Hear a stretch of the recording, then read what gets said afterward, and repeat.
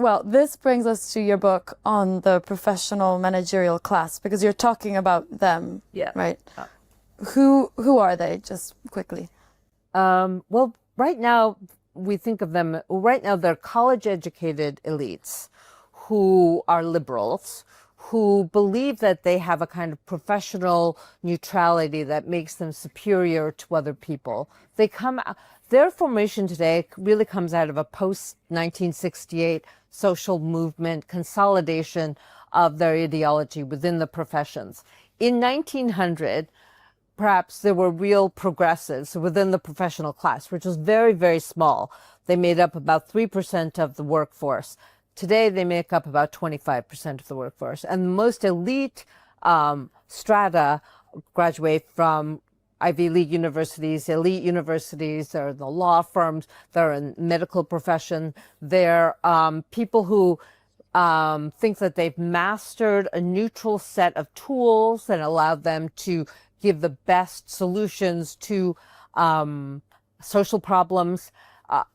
Thomas Piketty has defined them as being more the Brahmin left, and their opposition is the mercantile right. This is a good way of understanding the war between Harvard and Trump right now. But the war between Harvard and Trump masks the greater war between the capitalist and the worker.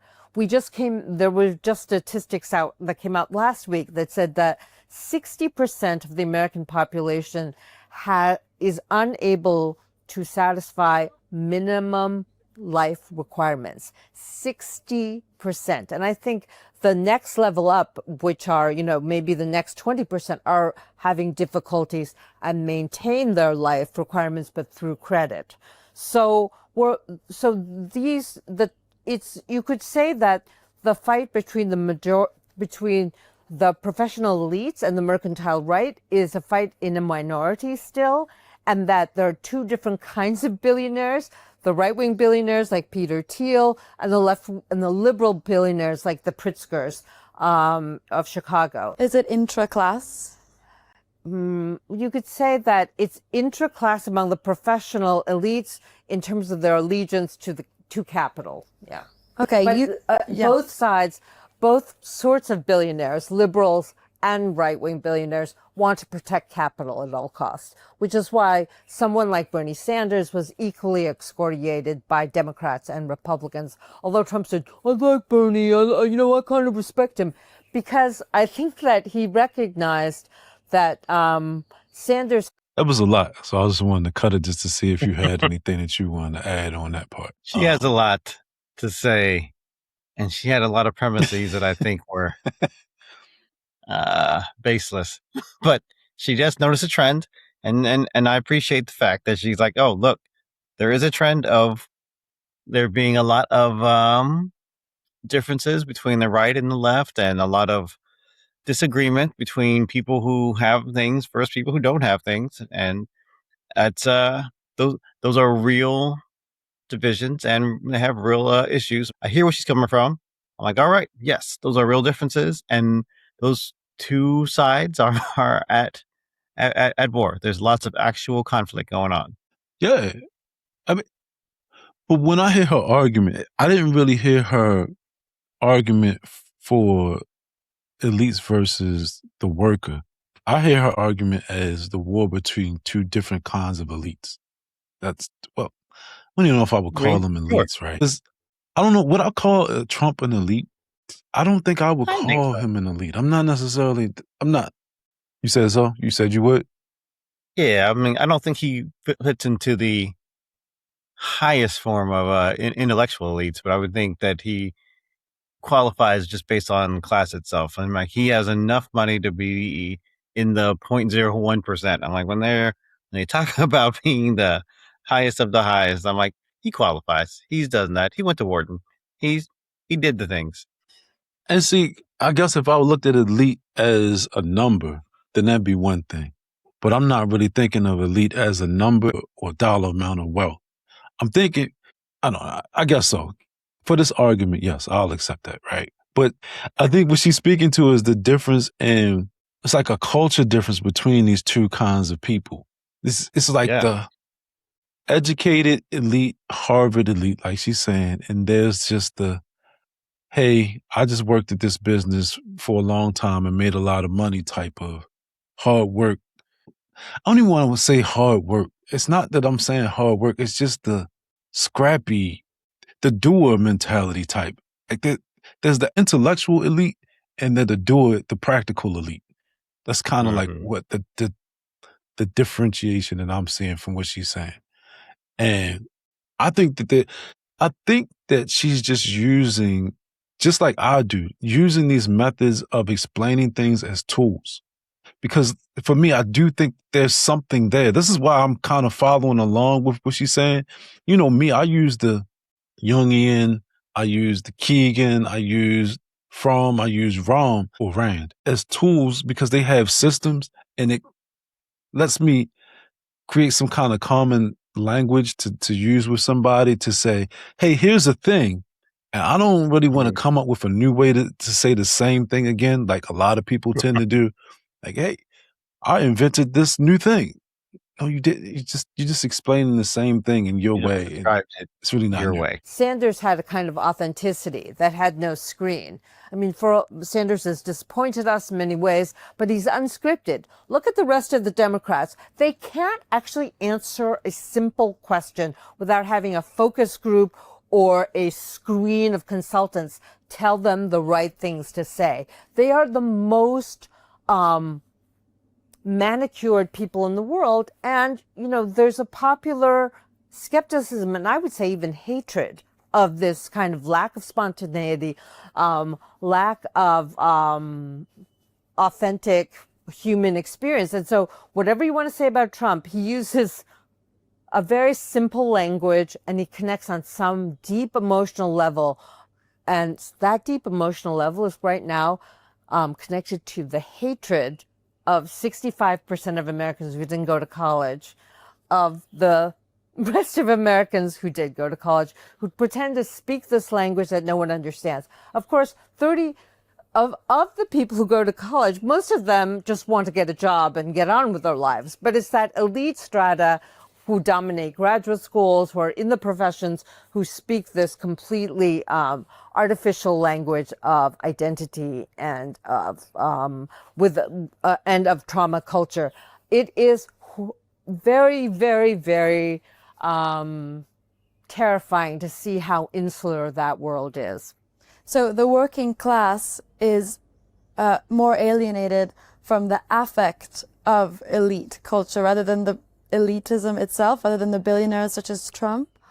I feel the working class is it's difficult. They're disorganized, but they know and they feel that they're being ripped off and exploited, not just at work, but also in their health, in their consumption habits. You know, private equity is taking over every single aspect of American life, right? From hospital care, from to education, to the financialization of systems. And so people know that they're being exploited. People know that the system is unfair. But you have like raw exploitation on the part of Trump and the right wing, a kind of libertarian Nietzscheanism, Ayn Randianism. And then you have the soft exploitation of people who are, you know, in the professional strata who feel that they know better. So would you rather be exploited by people who are just naked Nietzscheans or people who are smarmy do-gooders who are picking your pocket but telling you how to,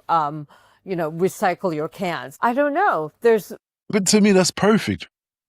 This is why I like this person. I mean, it's just a mischaracterization. Like it's a fine generalization. Abuse does exist. People are using their power poorly.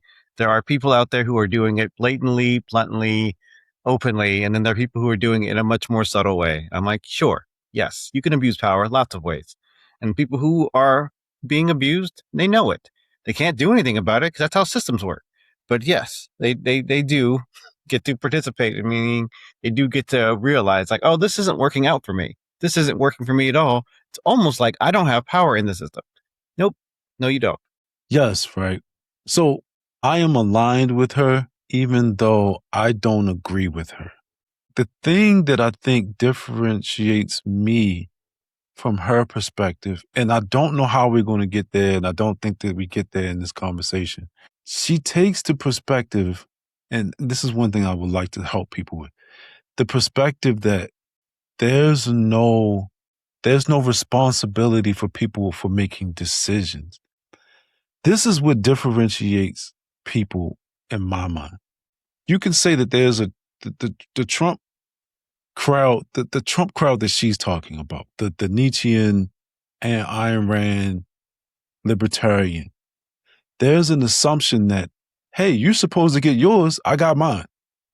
Mm-hmm. Right? And the other people that she's talking about, the liberals, are like, you should get yours. I'm really, really trying to help you get yours. And I don't, I really, really care, but I don't, maybe I might take a little money here and take a little money there. To me, that you can see that in society. But I think, to me, she takes the position that anybody, to me, who takes the position of worker versus elite, they're not really recognizing that there must be some assumption of autonomy, some assumption of agency here. Even though I don't like the way she's characterizing Ayn Rand and Donald Trump or whatever that group is that she's talking about, I am aligned with that group in the sense that, yes, it's your damn responsibility. If I put out a product and it's not valuable to you, don't pay for it. That's how I know that this is not good. This is how I know I wasted my money on my investment. You know what I'm saying? Feedback. But she's like, well, people know that they're being taken advantage of. And it's like, yeah, but they need people who solve problems. And for as analytical and diagnostic as she may be, people like her don't solve problems, in my opinion. They're she's not actually solving problem this problem. solvers. They don't solution. She's not even understanding this problem. She's definitely not solving it. It's not even on her list of things to do today. Oh. But that to me is those, and I'm very much generalizing here, but people who talk like this, they don't assume that there's a responsibility from the person as an agent in their interactions with corporations and their interactions with people with money. They just assume that, oh, that person is insignificant. They really don't matter. You matter. It just may not. There's a magnitude. As long as the magnitude is like equal to the size of your life, what the hell does it matter?